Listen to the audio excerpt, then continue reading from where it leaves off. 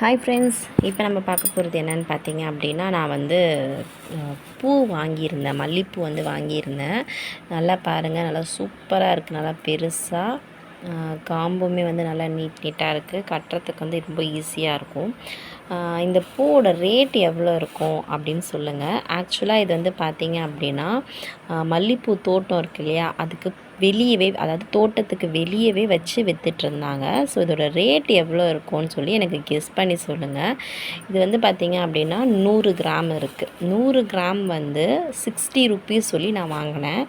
இதே தான் வந்து நம்ம கடையில் வந்து வாங்குகிறோம். சேம் ரேட்டாக தான் வருது. இப்போ வந்து ஒரு முழம் 30 ரூபா அப்படின்னு சொன்னாங்க அப்படின்னா 2 முழம் 60 ரூபா. இப்போ இதுவே அதுதான் 2 முழம் அப்படி தான் வரும். பட் 60 ரூபா அப்படின்னு சொல்லியிருக்காங்க.